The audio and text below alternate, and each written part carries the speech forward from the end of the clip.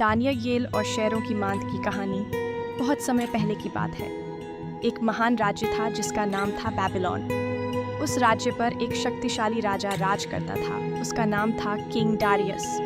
राजा Darius बहुत बुद्धिमान था। वह चाहता था कि उसका राज्य अच्छे से चले और हर काम ईमानदारी से किया जाए। इसी राज्य में एक व्यक्ति रहता था। उसका नाम था डैनियल। डैनियल बहुत ही बुद्धिमान, ईमानदार और परमेश्वर से प्रेम करने वाला व्यक्ति था। वह हर काम बहुत निष्ठा और सच्चाई से करता था। राजा दारियस को डैनियल बहुत पसंद था। धीरे धीरे राजा ने डैनियल को अपने राज्य के महत्वपूर्ण अधिकारियों में से एक बना दिया। अब डैनियल का पद बहुत ऊंचा हो गया था, लेकिन राज्य के कुछ दूसरे अधिकारी डैनियल से जलने लगे। उन्हें यह अच्छा नहीं लगा कि राजा दारियस डैनियल को इतना सम्मान दे रहा है। उन्होंने सोचा कि किसी तरह डैनियल को मुसीबत में फंसाया जाए। वे लोग डैनियल की गलतियां ढूंढने लगे, लेकिन उन्हें कोई गलती नहीं मिली। डैनियल हर काम ईमानदारी से करता था। तब उन लोगों ने एक चाल चली। उन्हें पता था कि डैनियल अपने परमेश्वर से बहुत प्रेम करता है। वह दिन में 3 बार प्रार्थना करता था। इसलिए उन अधिकारियों ने राजा दारियस के पास जाकर कहा, महाराज, आपके सम्मान के लिए एक नया कानून बनाया जाना चाहिए। अगले 30 दिनों तक कोई भी व्यक्ति किसी दूसरे देवता या मनुष्य से प्रार्थना नहीं करेगा। सब लोग केवल आपसे ही प्रार्थना करेंगे। राजा दारियस को यह विचार अच्छा लगा। उन्होंने तुरंत उस कानून पर हस्ताक्षर कर दिए। लेकिन इस कानून का मतलब यह था कि अगर कोई व्यक्ति अपने परमेश्वर से प्रार्थना करेगा तो उसे शेरों की मांद में डाल दिया जाएगा। जब डैनियल को इस नए कानून के बारे में पता चला तो उसने प्रार्थना करना बंद नहीं किया।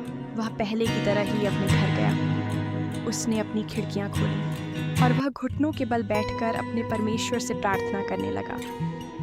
दिन में 3 बार डैनियल ऐसा ही करता रहा। वही अधिकारी छुपकर यह सब देख रहे थे। उन्होंने तुरंत राजा के पास जाकर कहा, महाराज, डैनियल ने आपके कानून को तोड़ दिया है। वह अपने परमेश्वर से प्रार्थना कर रहा है। राजा दारियस यह सुनकर बहुत दुखी हो गया। वह डैनियल को बचाना चाहता था, लेकिन कानून बदलना अब संभव नहीं था। आखिरकार राजा को भारी मन से आदेश देना पड़ा। डैनियल को शेरों की मांद में डाल दिया गया। राजा ने डैनियल से, तुम जिस परमेश्वर की सेवा करते हो वही तुम्हें बचाए। फिर एक बड़ा पत्थर मांद के मुंह पर रख दिया गया। उस रात राजा दारियस सो नहीं पाया। उसे डैनियल की बहुत चिंता हो रही थी। सुबह होते ही वह जल्दी से शेरों की मांद के पास पहुंचा। वह चिंतित होकर पुकारने लगा, डैनियल, क्या तुम्हारे परमेश्वर ने तुम्हें बचाया? तभी मांद के अंदर से आवाज आई, महाराज, परमेश्वर ने अपने स्वर्गदूत को भेजा। उसने शेरों के मुंह बंद कर दिए। उन्होंने मुझे कोई नुकसान नहीं पहुंचाया।